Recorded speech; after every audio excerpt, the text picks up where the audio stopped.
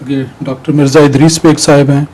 آپ مکرم ڈاکٹر مرزا اسحاق بیگ مرحوم آف کراچی کے بیٹے ہیں اور اس وقت بلیک برن جماعت کے صدر ہیں. اور داماد کس کے ہیں؟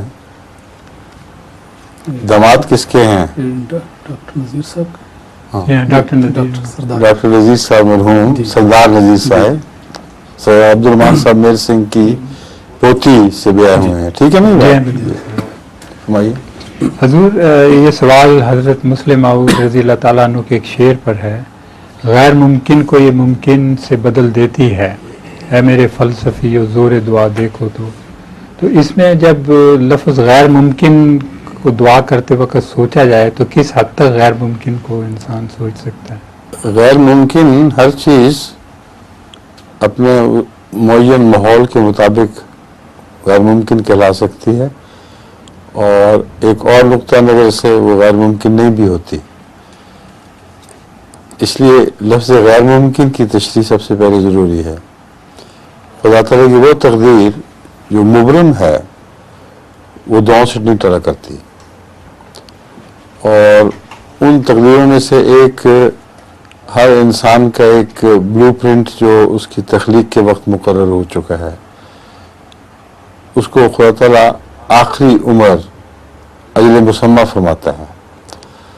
بس جو چیز یا جو شخص اپنے اجل مسمہ کو پہنچ جائے اس پر کوئی دوا کارگر نہیں ہوگی، کیونکہ وہ خدا تعالیٰ کے قانون قدرت کے اٹل ہونے کے ساتھ تعلق رکھتا مضمون.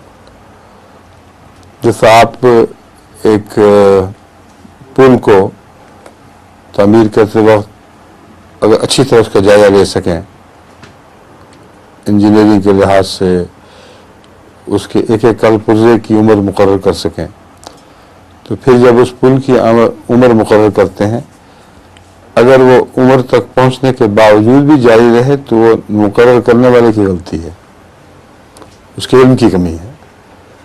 لیکن اگر اس کے علم کی کمی نہ ہو تو ناممکن ہے وہ اس سے آگے بڑھ سکے. اس لیے قرآن کریم اس کو بار بار چھیڑ رہا ہے کہ وہ معین مدتیں جن کے متعلق اللہ تعالیٰ نے پہلے سے طے فرما لیا ہے کہ اس مدت کے لیے بنائی گئی ہیں، ان تک پہنچنا ضروری ہر ایک کے لیے ممکن ہو. اس سے پہلے پہلے بھی موت آ سکتی ہے، اس سے پہلے پہلے بھی وہ چیز ظاہر ہو سکتی ہے. اس لیے جو دعا ہے وہ پہلے پہلے کام کرتی ہے، لیکن وہ چیز جب معینہ مدت کو پہنچ جائے تو پھر آگے کچھ نہیں ہو سکتا. اسی طرح سورج کے متعلق، چاند کے متعلق، ہر ایک کے متعلق خدا تعالیٰ نے اجل مسمہ کا ذکر فرمایا ہوا ہے.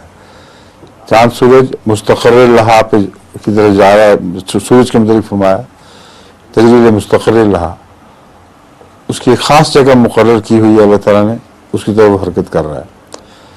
یہ جو جگہ ہے سورج کے اس تعلق میں، یہاں معین سپیس کی کوئی جگہ معلوم ہوتی ہے، لیکن باقی سب جگہوں میں وقت کی معین جگہ واضح طور پر بیان فرمائی گئی ہے. زمین، آسمان، ستارے، ہر چیز کے لیے وقت میں ایک معین جگہ ہے. وہاں پہنچیں گے تو فنا ہونا ہے انہوں نے. تو یہ تو ہے مبرم تقدیر، اور ایسی مبرم تقدیر جس کے ٹلنے کا کوئی سوال ہی نہیں پیدا ہوتا. دوسرا مبرم تقدیر کا ایک اندرونی عمل ہے جس میں بعض قانون ہیں جو مبرم تقدیر بن گئے ہیں. لاغلبن انا و رسلی، خدا تعالیٰ فرماتا ہے میں اور میرے رسول تو بہرحال غالب رہیں گے. تو ہو ہی نہیں سکتا نہ ہے. جو دو طرح سے ہوتا ہے، ایک یہ کہ قوم آخر مجبور ہو کر مان لیتی ہے، دوسرا یہ کہ قوم ہلاک ہو جائے گی، غلبہ رسول کا ہی ہوگا. جیسے حضرت نوح کی دفعہ ہوا، ساری قوم ہلاک ہو گئی. اور بہت سی مثالیں قرآن کریم نے پرانے انبیاء کے دیے. سورہ ہود میں ان مثالوں کا ذکر ہے. لوط کی قوم کے ساتھ کیا ہوا اور دوسری قوموں کے ساتھ کیا ہوا. اس میں قانون بنیادی یہ ہے لاغلبن انا و رسولی، بچتے وہ ہیں جنہوں نے آخر مان لینا ہو. حضرت ابراہیم کی دفعہ وہ جو قومیں بچائی گئی ہیں، دیکھیں وہ سب آخر مان گئی. اب ساری دنیا میں سب سے زیادہ حضرت ابراہیم کو نبی مانا جاتا ہے. یہودی بھی مانتے ہیں، عیسائی بھی مانتے ہیں، مسلمان بھی مانتے ہیں، اور اسی طرح دوسری قوموں کے جو پرانے بزرگ ہیں، چینی جو ہیں وہ کنفیوشس کو مان رہے ہیں، اپنے اپنے وقتوں میں جن کی کوئی حیثیت نہیں تھی. موسیٰ علیہ السلام تھے، فرعون مصر تو وہ ممیوں میں ملتے ہیں نا، اور کون ہے جو فرعون کی طرف منسوب ہو کے اپنا سر اونچا کرے؟ ساری قومیں ختم ہو گئی، ایک موسیٰ کا نام باقی رہ گیا. تو ایک تاریخ اس طرح لکھی جا رہی ہے، اغلبن انا اور رسول کی تاریخ ہے، اور مورخین اس سے بے وقوفی کی وجہ سے غافل ہیں، حالانکہ یہی حقیقی تاریخ ہے جو غیر مبدل ہے، انمٹ تاریخ ہے. ساری قومیں گواہ ہیں اپنی زندگی کے، اپنی زندہ حیثیت کے طور پر گواہ ہیں کہ ہم وہی ہیں جو موسیٰ سے منسوب تھے، ابراہیم سے منسوب تھے، عیسیٰ علیہ السلام سے منسوب تھے، وغیرہ وغیرہ. تو یہ دوسری قسم کی تقدیر مبرم ہے جو اس کی ساخت سے تعلق نہیں رکھتی کسی چیز کے، بلکہ خدا تعالیٰ کے ایسے قوانین سے تعلق رکھتی ہے جو اس کی ذات کی جبروت سے وابستہ ہیں. یہاں اس کے غلبہ آنا، اس کی جبروت، اس کی ذات کی جو عظمت ہے، اس سے ایک بات وابستہ ہو چکی ہے. جیسے وہ اٹل ہے، اس سے یہ بھی اٹل ہوگی. تو اسی طرح تقدیر کے مختلف حصے ہیں، طبقات ہیں. اس کے علاوہ بیماریاں ہیں بہت سی جن میں بعض دفعہ انسان سمجھتا ہے کوئی علاج نہیں. وہ جو بیماریاں ہیں ان میں اگر خدا تعالیٰ کی طرف سے کوئی اور تقدیر کار فرمانہ ہو رہی ہو جس کا ہمیں علم نہ ہو تو دعا کے تابع ہیں. ہم نے دیکھا ہے بہت سی بیماریاں ایسی ہیں جن میں خدا کے فضل سے جہاں غیر ممکن چیز دکھائی دیتی تھی وہ دعا سے حل ہو گئی، اور بعض معمولی بیماریاں بھی نہیں حل ہو سکیں. تو یہ جو باریکیاں ہیں تقدیر کی، یہ جب دعا اور تدبیر کے ساتھ مل جاتی ہیں تو پھر ان کا سمجھنا ہر تفصیل کے ساتھ بڑا مشکل کام ہے. کیونکہ ایک تقدیر وہ ہے جس کو تدبیر اور دعا مل کے پھر بناتے ہیں اور اس پر اثر انداز ہو جاتے ہیں.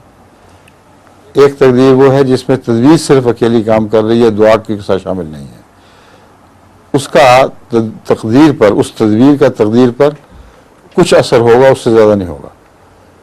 لیکن جہاں دعا شامل ہو جائے وہاں پھر ایسی چیزیں جو مبدل ہیں، جن میں تبدیلیاں ممکن ہیں، ان میں غیر معمولی گہرے اثرات مترتب ہو سکتے ہیں. تو حضرت مسلم موعود کا وہ شعر غیر ممکن کو یہ ممکن سے بدل دیتی ہے، یہاں یہ مراد نہیں ہے کہ ہر غیر ممکن ممکن سے بدل جائے گی.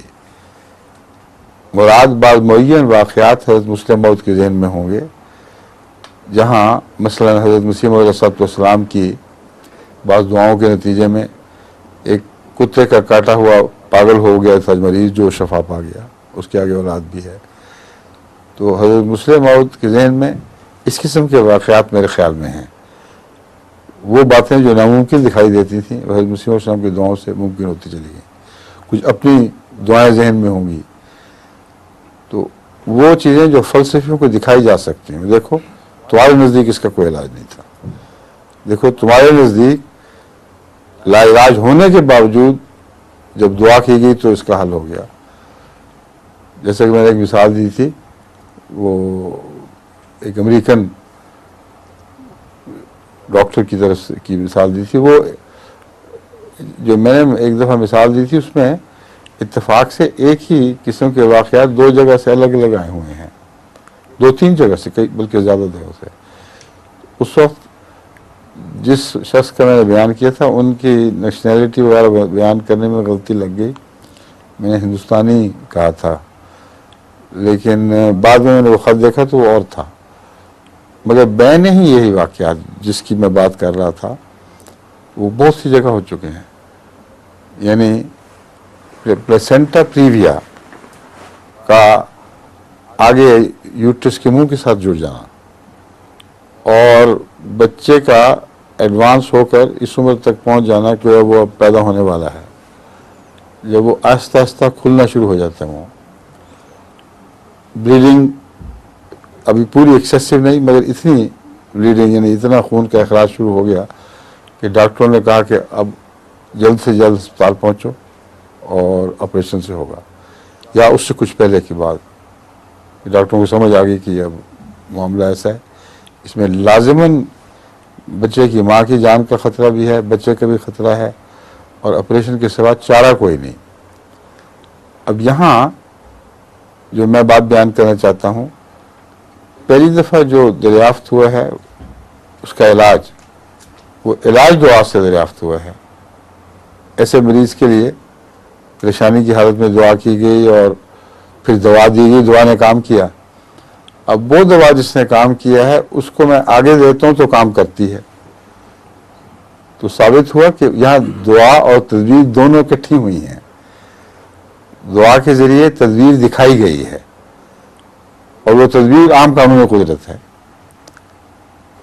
ابھی ہماری مسز حفیظ بھٹی چیری بیگم نے یہ میرا جو پروگرام تھا سن کر مجھے بھجوایا کہ ایک خط بھیجا ہے کہ بینی یہ واقعہ فلاں شرح مریضہ کے متعلق فلاں جگہ کا ہوا ہے۔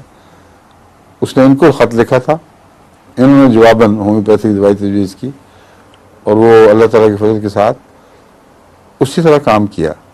بلکہ اس میں اس نے لکھا ہے کہ ڈاکٹر نے کہا تھا کہ ڈاکٹر نے اس نے لکھا ہے کہ ہوا یہ کہ جب بچے کے دن قریب آیا اور ڈاکٹر نے زور ڈالا کہ فوراً اسپتال پہنچو، تو ایک دن شدید درد اٹھی پیٹ میں اور حرکت سی ہوئی، اور ایک جگہ خاص طور پر بہت درد اٹھی، تو ڈاکٹر کے پاس گئیں فوراً۔ تو لیڈی ڈاکٹر نے جب ایگزامن کیا تو اس نے کہا یہ ایسی بات ہے جو آج تک میرے علم میں کبھی نہیں ہوئی، تمہارا پلیسنٹا پریویا وہاں سے اکھڑا ہے، جہاں لگنا چاہیے وہاں جا کے لگا ہے، جب وہاں لگا ہے تو اس وقت تمہیں اس کی درد ہوئی ہے، اس اسپاٹ پہ درد ہو رہی ہے اس وقت۔ اور یہ باتیں نام اسی شعر کے تابع ہیں، غیر ممکن کو یہ ممکن سے بدل دیتی ہے، اے میرے فلسفیوں زور دعا دیکھے تو، مگر زور دعا بعض دفعہ قانون قدرت دکھانے میں کام آتا ہے، اور یہ مضمون اور صورتوں میں بھی ہمارے سامنے ہے۔ مثلا ہمارے تھے نا ہمارے سندھی مول صاحب، کیا نام تھا ان کا، بشارت بشیر صاحب کے والد،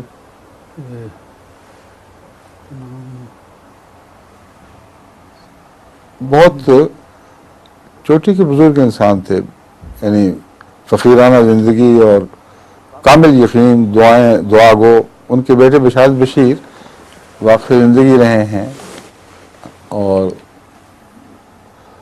انور ابرو فیملی میں ایک بہی گئی ہیں ان کی بہن، اور ایک بشارت بشیر سے بہی گئی تھیں۔ عبداللہ صاحب تھے نا، آغا محمد عبداللہ، ان کی دو بیٹیاں تھیں، ایک صالح انور جو انور اولس سے بیائی گئی، اور ایک بڑی جو ان سے بیائی گئی تھیں بشارت بشیر صاحب سے۔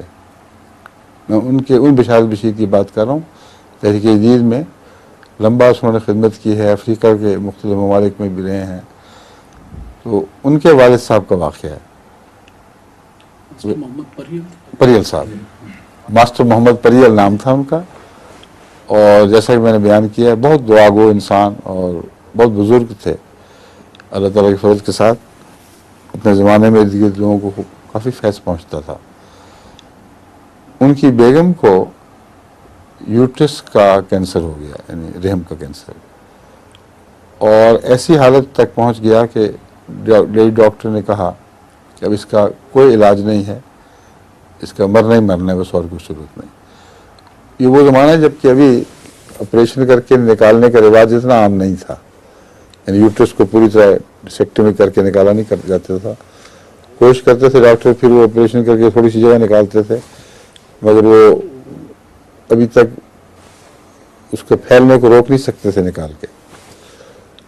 مگر بعد اس زمانے میں اس علاقے میں تو پھر میڈیکل کیئر کی تو ویسی بری حالت تھی، تو لیڈی ڈاکٹر نے یا ڈاکٹر نے ان کو کہا کہ تمہاری بیوی ایک ہفتے سے زیادہ کی مہمان نہیں ہے، اب نہیں بچ سکتی۔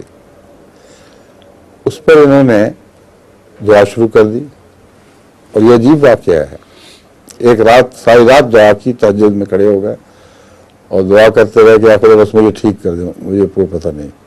ڈاکٹر جو وزیر کا ہے میں تجھ سے مانگ رہا ہوں، اور اچانک کشفی حالت ہوئی، اور ایک بوٹھی